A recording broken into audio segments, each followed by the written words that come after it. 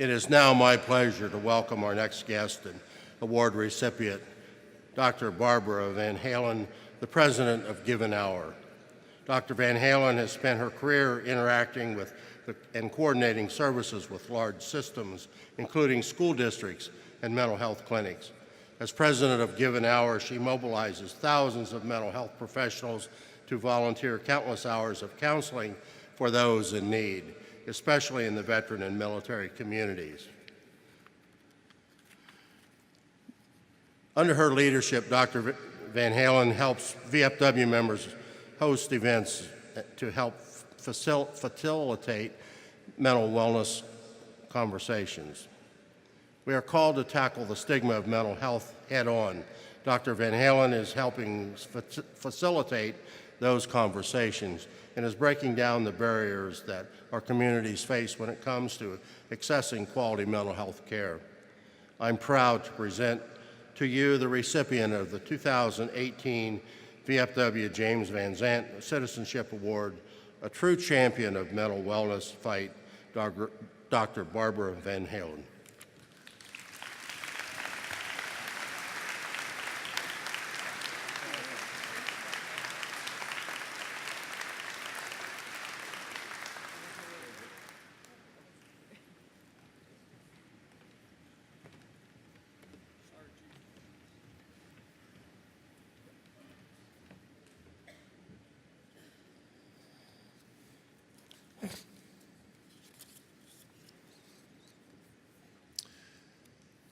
James E. Van Zandt Citizenship Award and Citation awarded to Dr. Barbara Van Halen in spirited recognition and lasting appreciation for her unwavering commitment to provide access to mental health counseling for those in need at a time when they need it most.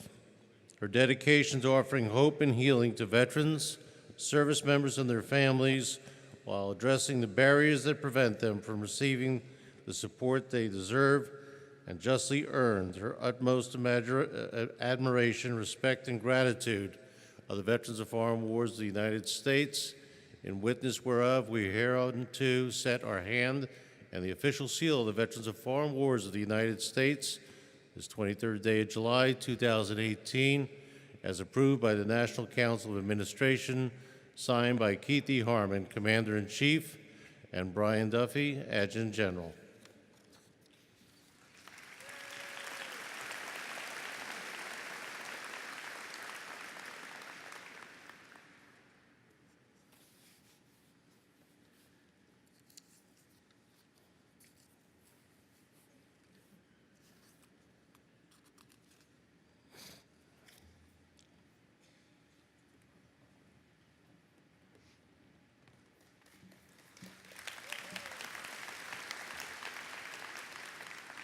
Good morning. It is an extraordinary honor to receive this incredible medallion and all that it signifies. So I want to tell you a story about how I come to be standing here. And it began with my father, who was a first-generation American. He lied about his age to join the Navy after Pearl Harbor. My father served in the Pacific. He was injured. He saw many things that were, I'm sure, very troubling and very disturbing and distressing to him. I didn't hear about any of those things because my father died when I was 27.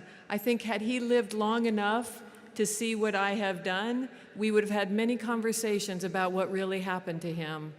But what did happen, and what I do know, is that he came home from war, he married my mother, and he had my 3 older brothers.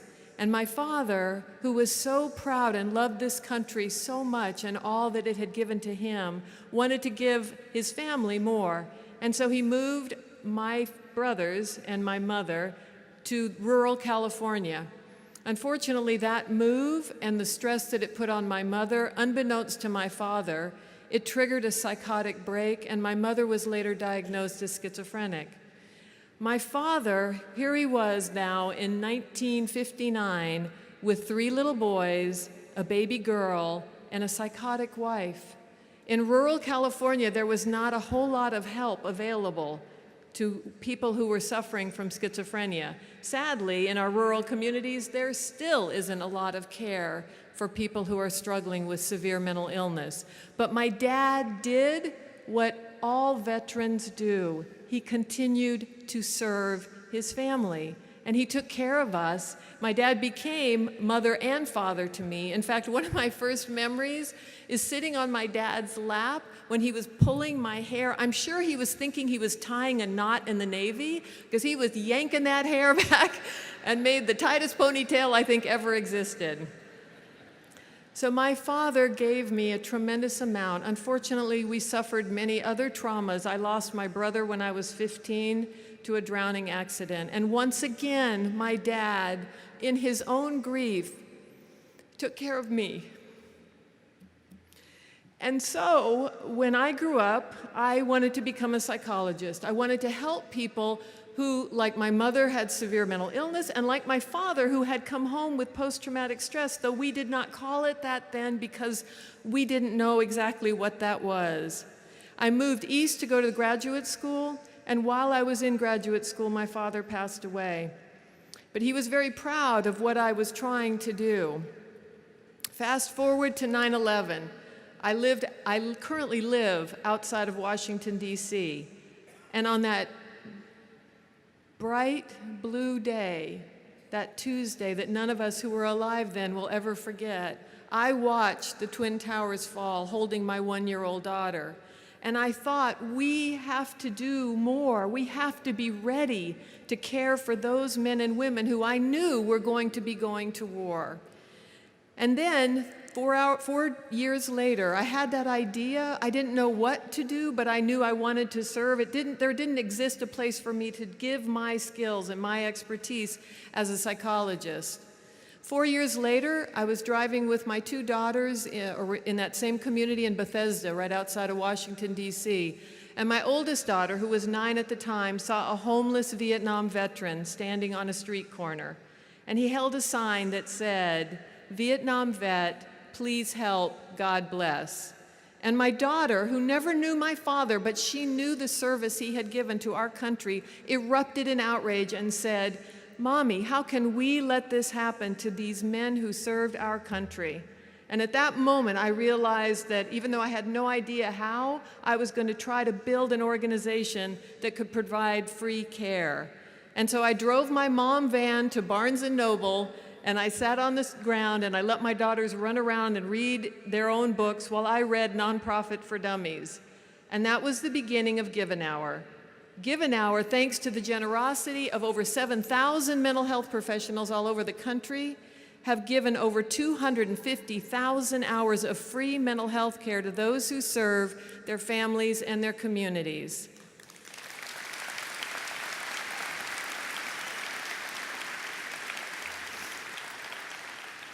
A few years ago, we realized that it wasn't enough just to provide services.